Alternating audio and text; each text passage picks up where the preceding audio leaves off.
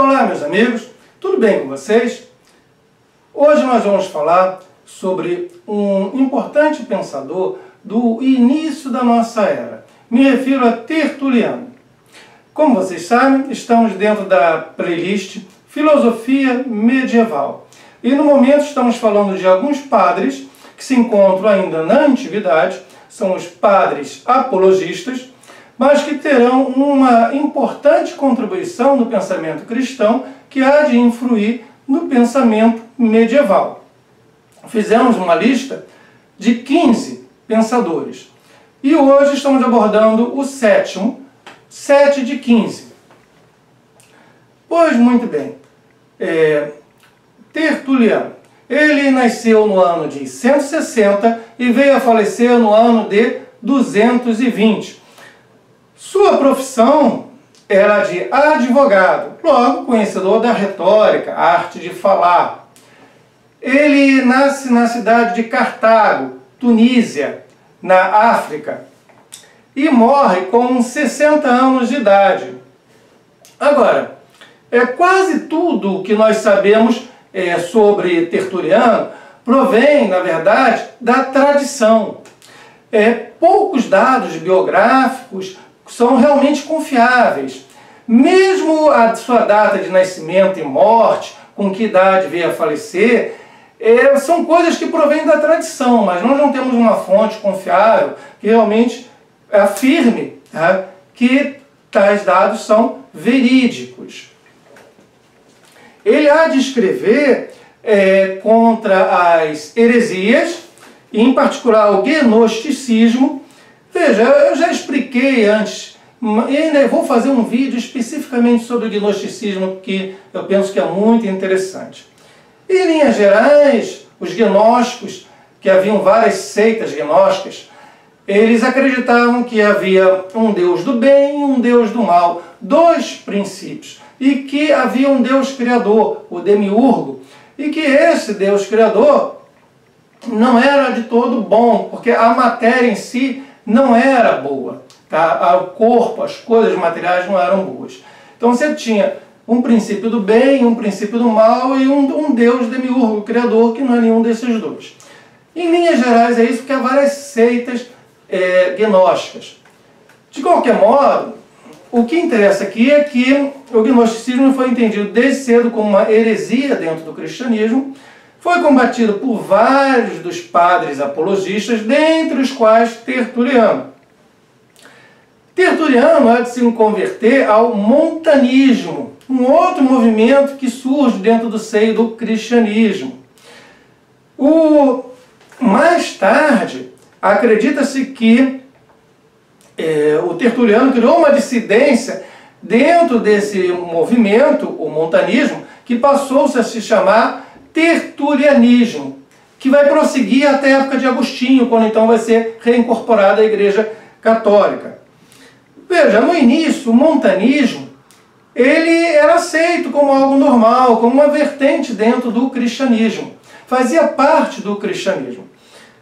Posteriormente, ele foi visto então como uma heresia, mas não no início.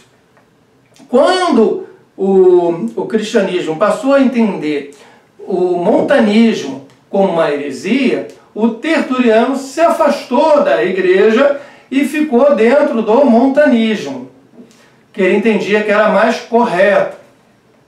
O montanismo, vamos dar uma explicação também rápida, porque caberia também um vídeo só sobre isto.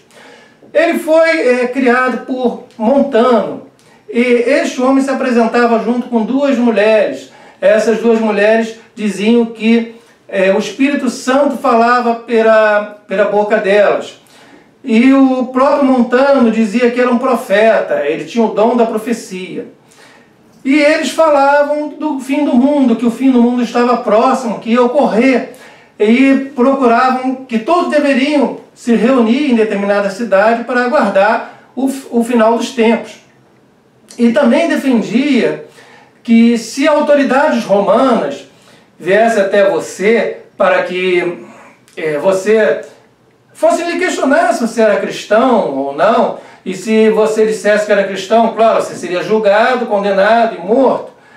Então eles defendiam o martírio, diziam, o martírio é uma coisa boa. Tá? Seria bom que eu fosse martirizado, que eu fosse sacrificado em nome de Jesus, em nome de Deus.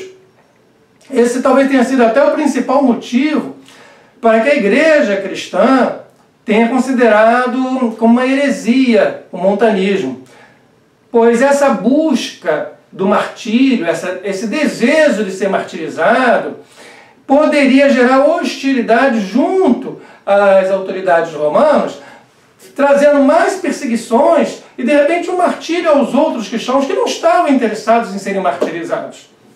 Então havia um receio de uma provocação em relação às autoridades romanas, devido a esse desejo deles serem martirizados. Então, provavelmente, foi esse um dos principais motivos que levou o cristianismo, então, a considerar o montanismo como uma heresia. Pois bem, o Tertuliano, ele há de entender que a fé é completamente diferente da razão. Que fé e razão são irreconciliáveis, não tem como unir. Tá? São duas coisas completamente diferentes. Não há ponto em comum possível entre fé de um lado e razão do outro. E que a filosofia, ele pensa em todos os filósofos antigos e contemporâneos da época dele, a filosofia é a adversária da fé. É o inimigo a ser combatido. Os filósofos antigos, estaria nos filósofos antigos a origem dos desvios da fé. E estes filósofos antigos são, na verdade, os patriarcas dos hereges. São os pais dos hereges. Eles são os antecessores dos hereges. Então veja, todos os desvios da fé estão vinculados a esses filósofos. Olha a visão negativa que ele tem da filosofia. Então ele vê uma total oposição, tá, entre, de um lado, fé e razão. Tanto que tem uma frase, veja, boa parte dos escritos desses pensadores antigos se perdeu. Muita coisa foi perdida e não chegou aos nossos dias. Nós falamos perdida porque pode sempre acontecer de aparecer em algum lugar, um escrito ainda de determinado pensador. Então sempre há a possibilidade, e os historiadores torcem sempre isso, de você encontrar algum desses escritos.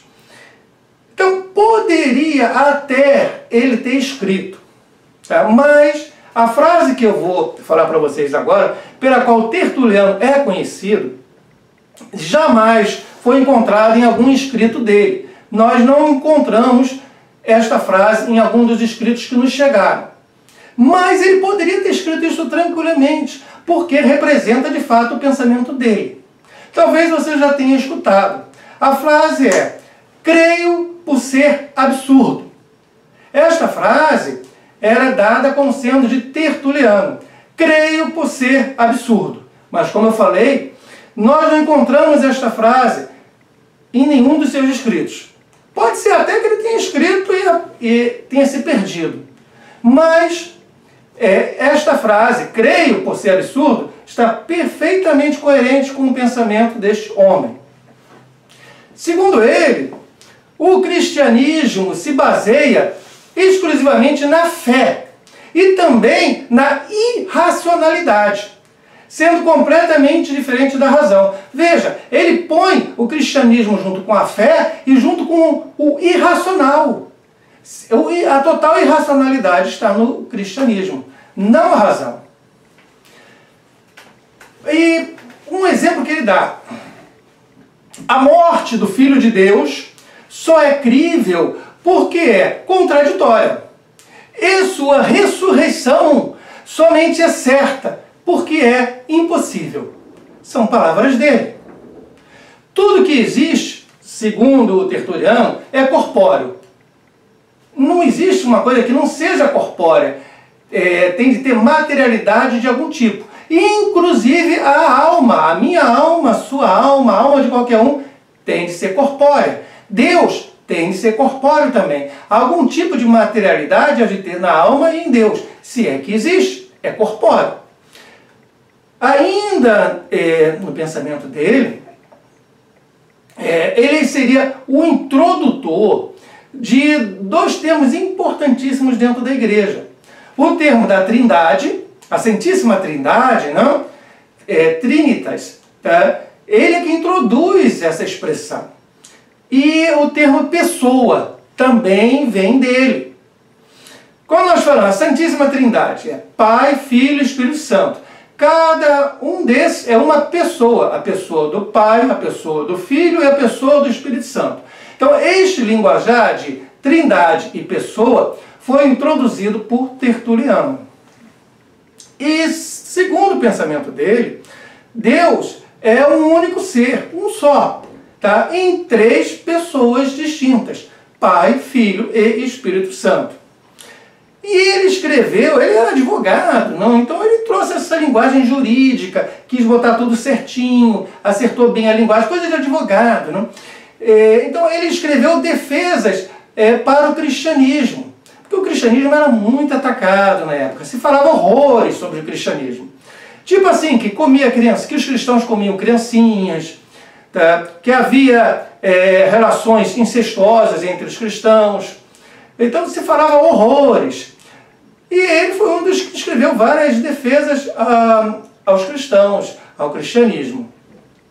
E como eu falei ainda há pouco, ele foi o introdutor da linguagem da área jurídica na religião cristã, que é muito importante. Se for ver hoje, especialmente a Igreja Católica, Apostólica, Romana, há toda uma linguagem certinha que provém em parte dessa área jurídica e vem começando lá com o Tertuliano. E ele é o responsável por desenvolver as bases da igreja, as bases linguísticas, as bases filosóficas e as bases conceituais da reflexão teológica. Então, esta é a importância do Tertuliano para a igreja. Veja bem, esses padres apologistas, o Tertuliano em particular, eles irão gerar todo um pensamento, mesmo ainda estando na antiguidade, que irá ter um reflexo muito importante na filosofia medieval. E veja, essa contradição, você vê que o Tertuliano, ele vê a filosofia como um inimigo. É um dos motivos, isso a gente vai ter de ver mais à frente, que há alguns que não aceitam hoje a expressão filosofia medieval, como também não aceitam a expressão filosofia cristã, vendo como coisas contraditórias. Ora, quem vê filosofia cristã como algo contraditório, pode muito bem buscar o seu embasamento no próprio Tertuliano, porque o Tertuliano seria o primeiro que ia dizer, não existe uma filosofia cristã, não existe a possibilidade de você mesclar aquela coisa que aqueles filósofos faziam com isto que nós fazemos, que é a nossa fé cristã. São coisas irreconciliáveis. E, gente, iremos continuar nessa playlist. Se você está gostando, deixe o seu comentário e se inscreva no canal. Tudo bom? Olha, muito obrigado pela presença e até mais.